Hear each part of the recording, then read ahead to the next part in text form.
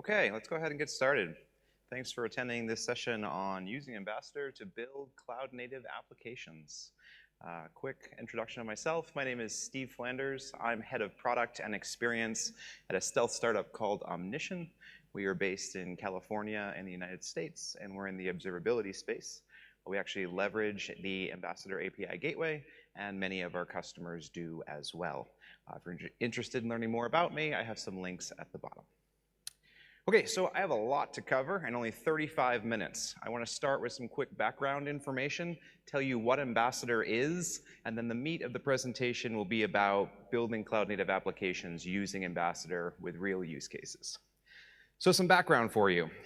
Many people are now moving from a monolithic application to a microservices application. They actually look very similar. The primary difference is that in a monolith, you had one application, and every circle here basically represented a different process, or a thread, or a JVM, or however you had constructed your monolith. Whereas in the microservices world, you remove that single isolated container, and you have every circle representing a different service. So the different services have different communication paths, they may have errors, and it can be hard to route and troubleshoot your environment in a microservices world. There are also a couple other changes besides what the circles represent. For example, the front end, which might be your web tier, is often replaced by an API gateway in the microservices world, where you probably didn't have one in the monolithic world. In your web tier front web services, those become other services downstream from the API gateway. Okay, and then Kubernetes, I think we all know what Kubernetes is. I'm not going to spend a lot of time on this, but it is important from an Ambassador perspective because Ambassador is Kubernetes native. It actually takes advantages of the constructs that Kubernetes provides. So for example, if you're familiar with the YAML syntax, Ambassador can actually leverage this syntax in order to handle the configuration of an API gateway. This makes it much more native if you've already deployed into Kubernetes. With that, I'd like to introduce Ambassador. So what is Ambassador? Ambassador is an open source Kubernetes native microservice API gateway that's built on top of the Envoy proxy. And I should define the Envoy proxy as well, as it serves a critical role here. It's an open source edge and service proxy designed for cloud native applications. So Envoy was actually developed at Lyft, completely open source software. It's used in API gateways. It's used in service meshes, for example, Istio. It's also used in API gateways, like in the case of Ambassador. The thing to notice is that Envoy is a data plane. It's responsible for routing and handling traffic for you, but it needs to be controlled. Ambassador is the control plane. It sits on top of Envoy and handles the configuration of Envoy. Now, the Ambassador architecture kind of looks like the following. So basically, what you would do is you would go ahead and configure manifests in Kubernetes to basically tell Ambassador how you want the state of the world to look. Ambassador would then get that information from the Kubernetes API, and it would transform it into a format that Envoy understands. And then it would tell Envoy to reconfigure itself so that it could handle the configuration that you asked it to.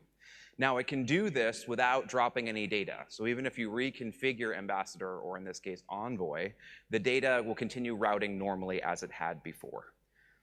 And then the basic flow is that traffic would come into and go out of the Envoy proxy in your environment.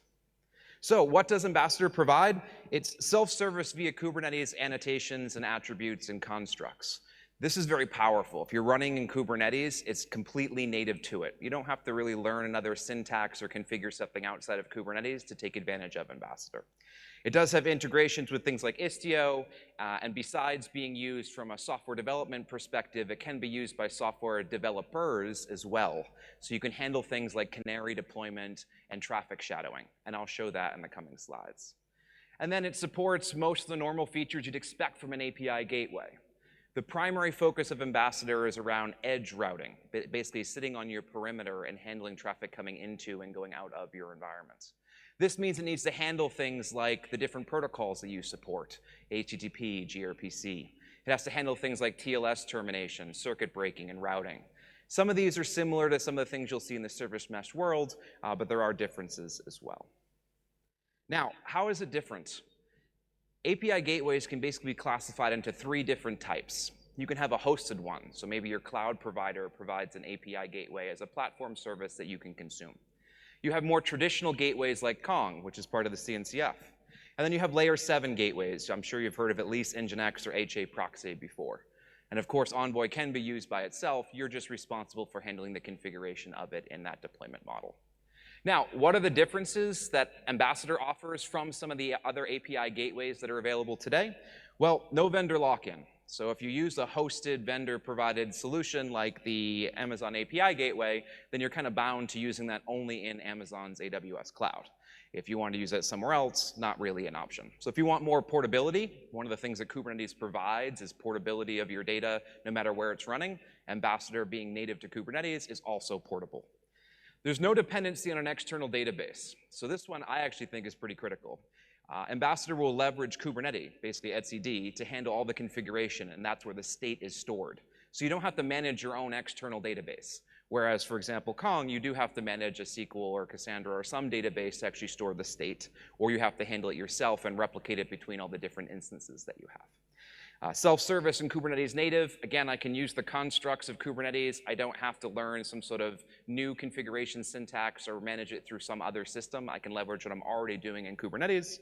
And then leveraging Envoy. Again, I think this one is critical. Envoy is a CNCF graduated project. I'm aware of many people that are running this in production today at scale and highly rely on it, whether it's for service mesh or API gateway or a variety of other use cases. It's very common to see Envoy being adopted in the cloud native world, and the fact that Ambassador takes advantage of it, I think, is pretty critical. So with that background, let's talk about cloud native applications. I want to do this by providing some different ways that you can deploy Ambassador and then give you real-world examples of how I've seen it done. So the #1 use case for Ambassador, as I mentioned earlier, is for edge routing.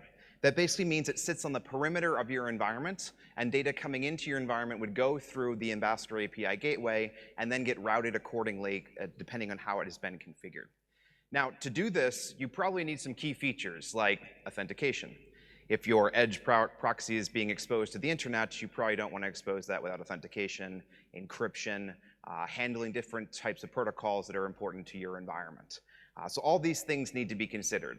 Now, these are solved problems, but they can get tricky depending on your environments. So let's walk through some examples. How would I use the Ambassador API gateway in an edge configuration? Well, let's say you're moving from a monolith to microservices. A lot of people are doing that today. That means that all of your traffic comes into your monolith. Maybe you have a load balancer in front of it to handle traffic. But if you're thinking about moving to microservices, a common first step is to put an API gateway in front of the monolith, because this now gives you flexibility. If you want to spin up new microservices and route traffic to it instead of to the monolith, now you can. And because you're probably going to need an API gateway anyway when you get to microservices, this is a great first step. This is what we see a lot of people doing as they move to a microservices-based architecture. And then over time, they will start creating microservices off of the monolith. There are two primary ways that I've seen this happen. #1 is I have a new feature. I'm going to build it as a microservice instead of putting it in my monolith. The second is I need to refactor my code inside of my monolith. Maybe I'll break off an existing service and I'll make that be a new microservice going forward. This is kind of the hub and spoke model. Typically, when you're doing this, when you're spinning up new services or breaking them off, you're still going to communicate directly with the monolith first, and then the monolith will call out to the microservice that's necessary. And typically in this model, the microservices don't talk to each other, at least not in the early days. So again, having an API gateway is helpful, but it didn't really provide any additional benefits yet, other than I can route to those two microservices if I want to. Now, over time, the monolith will hopefully get smaller and smaller, and eventually you'll get to a state where you start connecting these microservices together. Maybe I want the API gateway now to go directly to a microservice before that microservice calls into the monolith. Maybe I've spun off a new application that's purely microservices based and doesn't need to communicate with the monolith anymore. Over time, you'll continue chipping away at that monolith, and hopefully it goes entirely away. And now I have an API gateway that's possible of handling different routing depending on the traffic needs in my environment. So let's take an example of a SaaS service, just something kind of generic. Let's assume that you have something that has to ingest some data, has to provide an interface to query that data back out. Because there's data involved, it needs to be persisted, and I probably want to authenticate that because it's a SaaS service on the internet. So how could I go about doing this? Well, you probably have two inputs in this model. You have an ingestion path and you have a query path. So ingestion would be the data that a customer is sending to you. The query path is the user that's wanting to query the data out that has been ingested. How can I route this in a microservices-based world?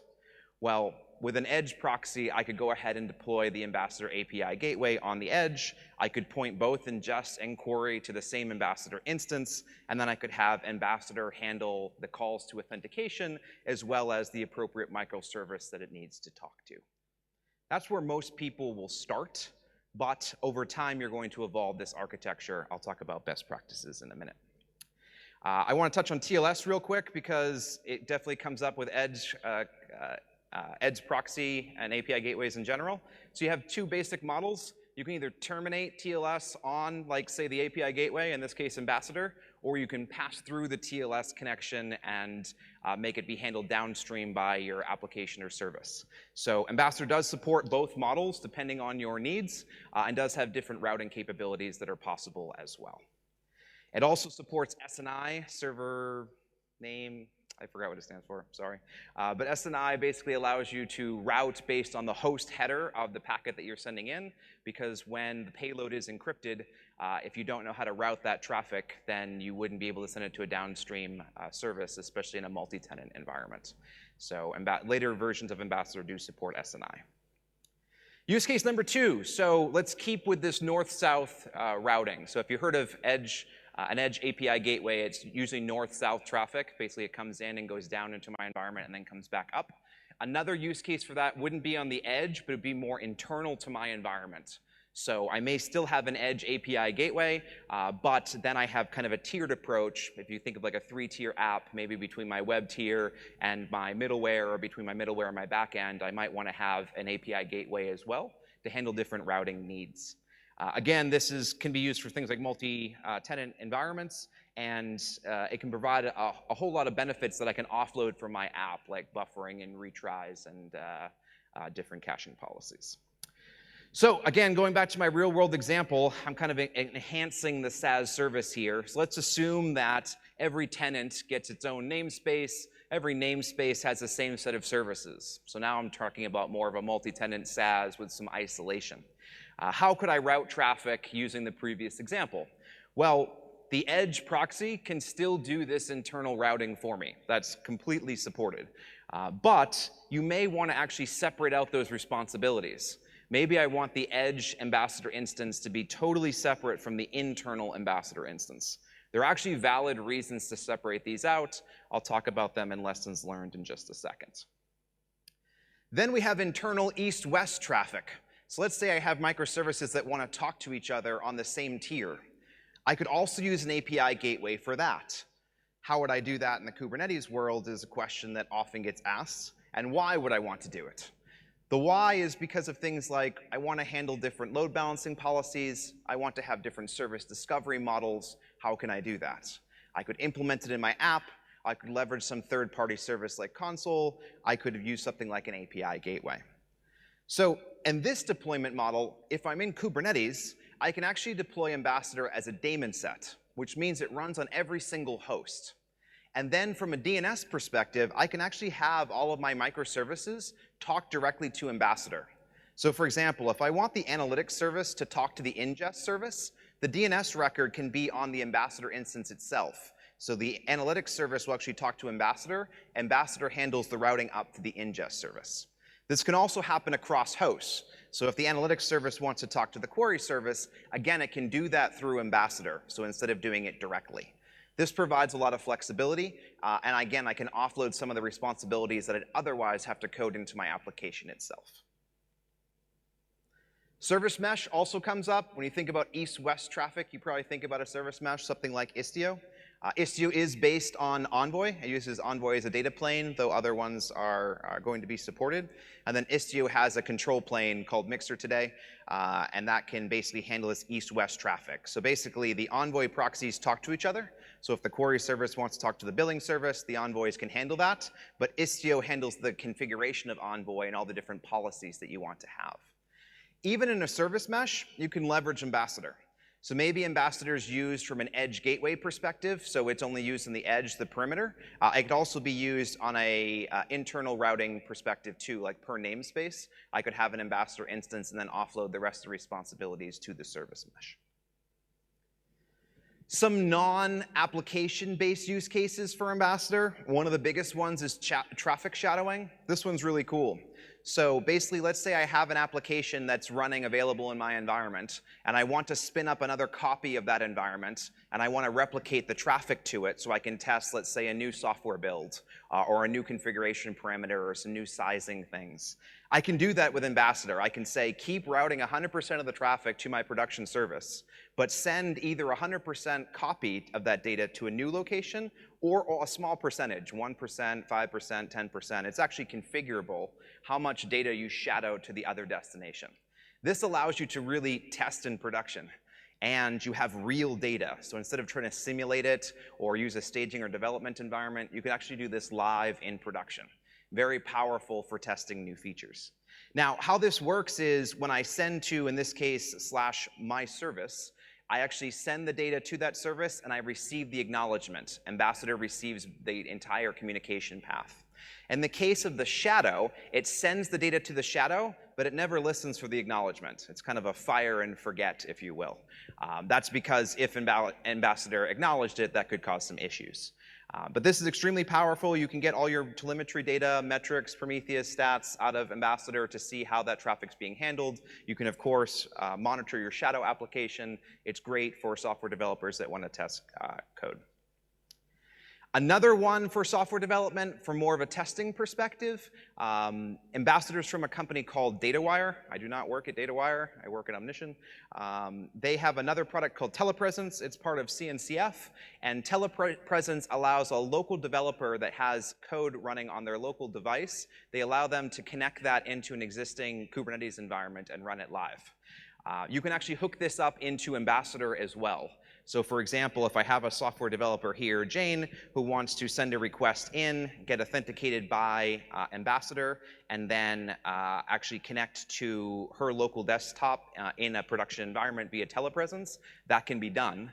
Whereas another user, let's say Bob, wants to connect, not using Telepresence, not connecting to their local desktop, they would see the real production environment.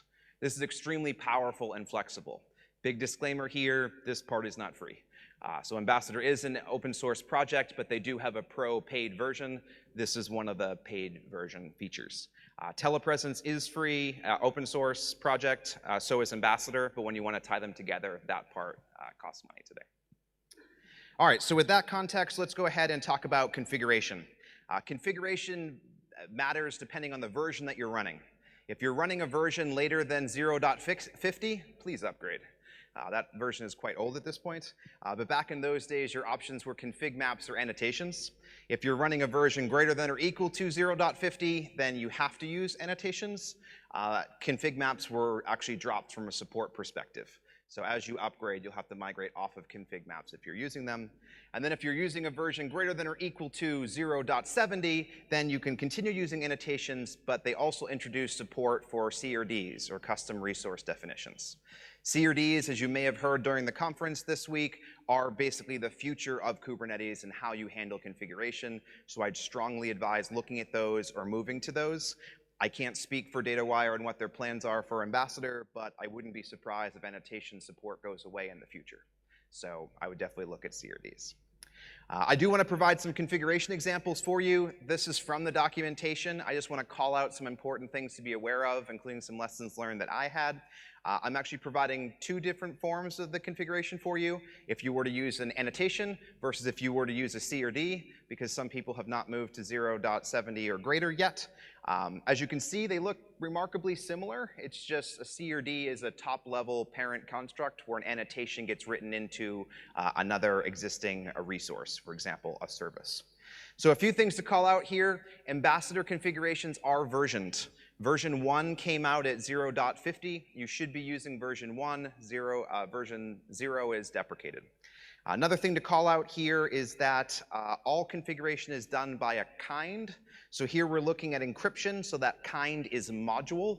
There are different types of kinds of configuration. They are all documented for you. The ambassador ID is critical.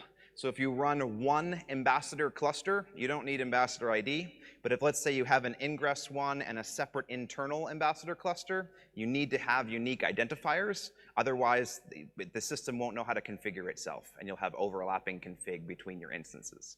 So my general advice is, even if you only have one ambassador cluster today, go ahead and set that ID.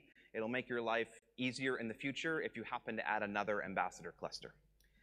And then finally, the name. So every configuration section has a name. That name needs to be unique. So we'll talk about mappings here in a second.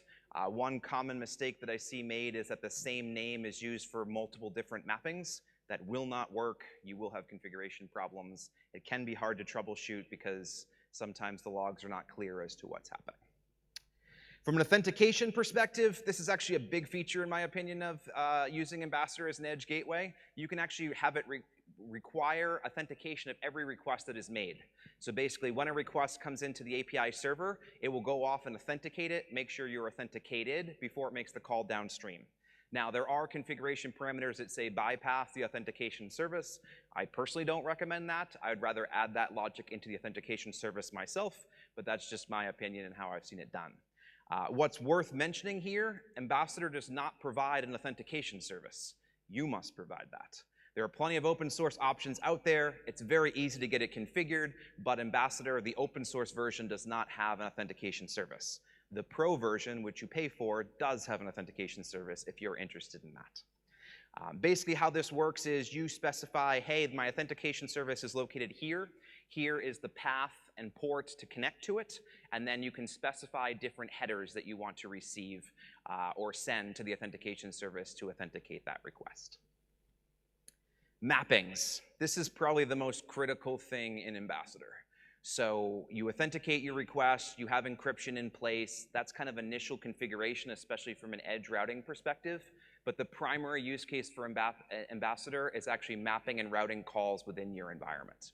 So a mapping basically says, I have some source, here it's called hosts, and I have some path, here it's called prefix. So in this particular example, I'm saying, if the host equals omnition.io and the path is / then I want you to send that traffic, I want you to map it to the service, which is called web.default. So if I'm in Kubernetes, that would be a service called web in the default namespace. Now, that service can also have a port and a path. So I could say web.default :1234/test. So it's very configurable to what you need in your environment, and you can again pass headers here as well. Actually, from a configuration perspective, a lot of what I've seen people do is, in addition to the host and prefix, actually specifying a header that needs to be passed in order to make the call downstream. And then finally, observability. An API gateway is kind of in the hot path of your environment. So if it goes down or if you have performance problems, you're going to want to know about that. You're going to want to be able to observe the system. So out of the box, Ambassador provides Prometheus metrics through a statsd exporter. It has logs natively built in. It has a diagnostic UI that you can access on port 8877, which tells you about the configuration and the general health of the system. But it also has the ability of sending out distributed tracing data in the form of Zipkin. So this is just a configuration parameter where you basically say, hey, I have in this case, a destination that accepts Zipkin called collector.default, and I want to use the Zipkin driver to export that data. And now I can see distributed trace information in my environment, which is very important for microservices-based environments. All right, so lessons learned. Dedicate ambassadors per responsibility. I showed you ingest and query going to the same ambassador instance and the fact that ambassador could route to multiple namespaces. I don't recommend this.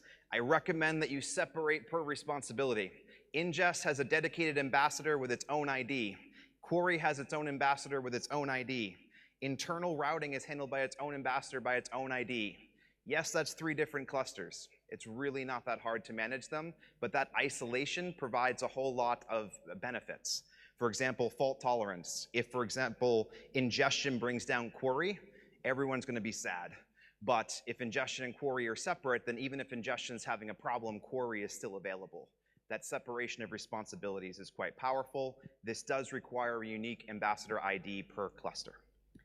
Second, timeouts. I got burned by this one, so worth noting. There's actually a timeout of 3 seconds for every ambassador cluster that you have. So here you can see if I have an edge ambassador instance, it has a 3-second timeout. If I have a downstream ambassador, that also has a 3 seconds timeout. Well, let's say the query path is not responding. Well, the call came in from the intranet here, and the time starts for this ambassador cluster immediately. It calls the converter service, maybe that takes 100 milliseconds. It calls ambassador, that takes 10 milliseconds. It calls the query path. This times out. That timeout is going to happen here first, before this one times out. That can bring down your service. I've seen it happen. The flip side of that is if you're running a load balancer in front of your ambassador, which you probably are on the edge, there are probably timeouts for that. The default AWS load balancer timeout is 60 seconds. That's a long time. Try upgrading ambassador. Doesn't go so well with those timeout defaults. So you need to make some changes. You can actually override these. Again, in the YAML configuration, there's a way to override the defaults. I'm showing you an example for AWS, but other clouds are supported as well. These are just annotations that you add, and you can set the thresholds that you care about. And you can override the timeouts in Ambassador. So if you have, for example, a north-south configuration with an ambassador on the edge and another one internally, I recommend that your edge one have a higher timeout than your internal one. That way that things time out properly and you get the right error messages when things are not working properly. You can do that from a request perspective, an idle timeout, and a connection perspective. That can be done per mapping or globally for the entire ambassador instance. So a lot of flexibility there. Understanding service discovery. So by default, service discovery is done by Kubernetes services, and that's done via DNS. Use service or service.namespace. Don't do service.namespace.svc.cluster.local. This is not an ambassador thing. This is a Kubernetes thing.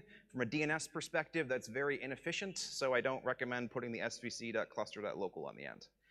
Ambassador does support other routing mechanisms besides a Kubernetes service. For example, you can do endpoint routing in Kubernetes as well as console routing. And then from a load balancing perspective, round robin is the default if you're using like endpoint routing, but ring hash and maglev are supported. Again, this is based on Envoy, so anything that Envoy supports can also be added to Ambassador, and other load balancing policies will be added in the future. And then I'll point out one problem that I have personally experienced with Ambassador, and I think it's more of a Kubernetes problem, but we had an example where we would try to upgrade a downstream service. So let's say I terminate one of my converter pods, and a new one comes up because the replication set is set to 2. When that happens, Ambassador starts generating 503s until you kick Ambassador. Not good from a performance standpoint. So this is something that we're actually actively investigating. There's a GitHub issue open about it. I don't think it's necessarily Ambassador specific, but I did want to point it out in case you see it yourself. Finally, some other lessons learned. I think Ambassador is great to get started. I was able to deploy it and get it running in minutes, like less than an hour. I had this working in a production environment. Very simple. It provides the basic constructs, but you do need to do some work yourself. For example, you want authentication, you need to go solve that problem. Luckily, we had an authentication service, so it wasn't a problem for us. But if you're starting from scratch, you may not, and you'll need to look into options for that. How are you going to handle things like circuit breaking? I didn't cover circuit breaking in this talk, but that's fully supported by Ambassador. Again, that would have to be a service that you run, or you'd have to use the pro version of Ambassador to get that functionality. And then how do you want to handle more advanced or granular things, like I want to handle per service retries. We can do retries per mapping or globally per ambassador, but per service is only available in the pro version today. So how do you want to handle that when you run across that? From a best practices perspective, make sure you store your configuration with your service. So the exception I'd say here is the authentication service itself. I highly recommend that the configuration, whether it's an annotation or a CRD for authentication, be stored with Ambassador, not with your authentication service. Why? Because I want to ensure that Ambassador requires authentication for my calls. If my auth service fails to deploy or is misconfigured, I don't want Ambassador to bypass it and try to route traffic downstream. That would be very insecure. Other than the authentication service, you should store anything that's Ambassador configuration related for a service in the service repository. So my query service will have annotations or CRDs for the query service. Same for my ingest service. And then everything should go through CI/CD, so treat configuration as code. Edge routing is much harder than internal routing, so you need to answer questions like how would you address end-to-end encryption, and you need to answer questions like from an authentication perspective, which headers do you care about routing in and out? And then from an observability standpoint, Ambassador is actually pretty good, because Envoy is actually pretty good when it comes to observability. There are very good Prometheus metrics that are exposed that you can take advantage of. In my opinion, they're a little bit not granular enough. So for example, I can determine when 400 level status codes happen, but I can't tell if it's a 401 or a 404. I'd kind of like that possibility, but that's an Envoy limitation, not an Ambassador limitation. The only thing I would like to see improved in Ambassador from an observability standpoint is the diagnostic UI. I've actually submitted a few feature requests on how to enhance that to get some alerting capabilities and a better UI from a CSS perspective. And with that, I would like to open it up to questions from the audience. And there's a microphone, so please use the microphone.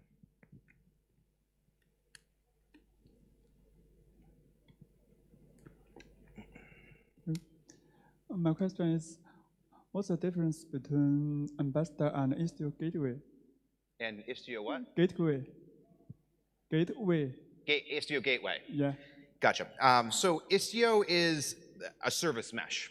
The goal typically is for internal east-west communication for Istio. That's its primary focus. It can do edge as well, but that's not its primary focus. Ambassador's primary focus is the exact opposite. It primarily focuses on edge and not as much on east-west, but it can do east-west. So what I often see is a combination of both.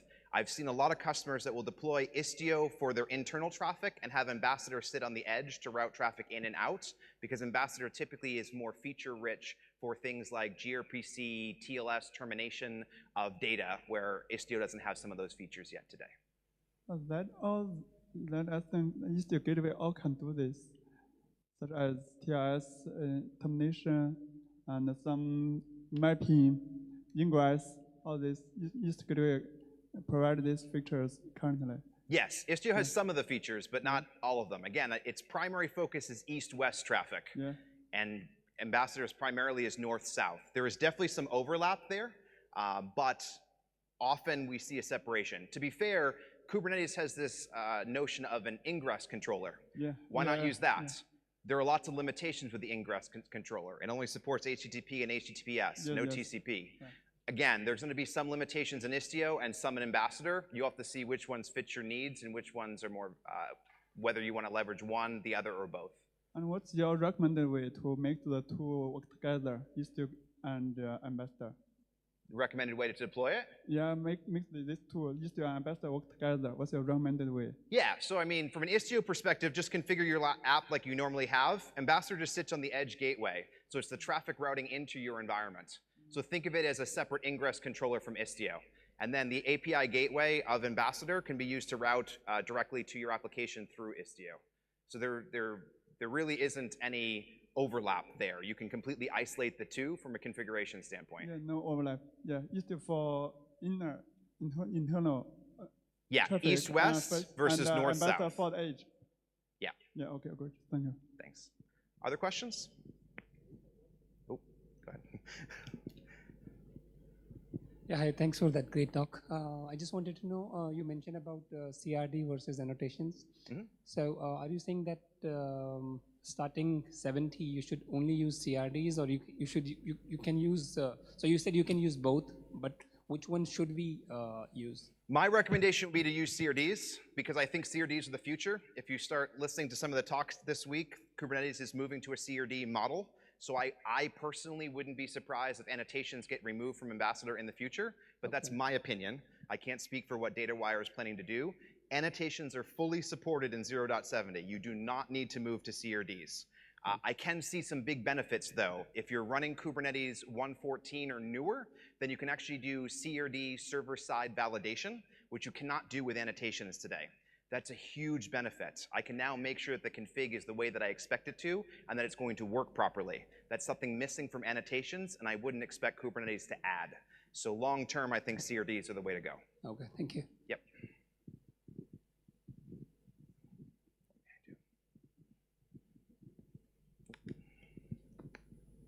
Hey, so one question from an operational perspective for the microservices. Would you say that Ambassador is the right point to plug in gradual rollout for different versions of microservices? So for example, the Canary? Yes. Yeah. So Ambassador fully supports Canary deployments. Yeah, you can specify that, or you can do it from a shadow perspective. Those are two different ways that you can leverage it. Do you know by any chance, is it a strictly probabilistic traffic split, or can traffic be split, for example, on sessions, on headers, session header? Oh, I see. sticky? I know you can map a percentage. I don't use it extensively, so I don't know. I'd have to go look. But that's a good question. I'll check it out. Hey, thank you very much. Yep. Oh, I think we're at time, but if you come over here, I have a few minutes, and I'm more than happy to take additional questions. Thank you so much, everyone, for attending. And if you're interested in Ambassador stickers, I have some, so please come on up. Thank you.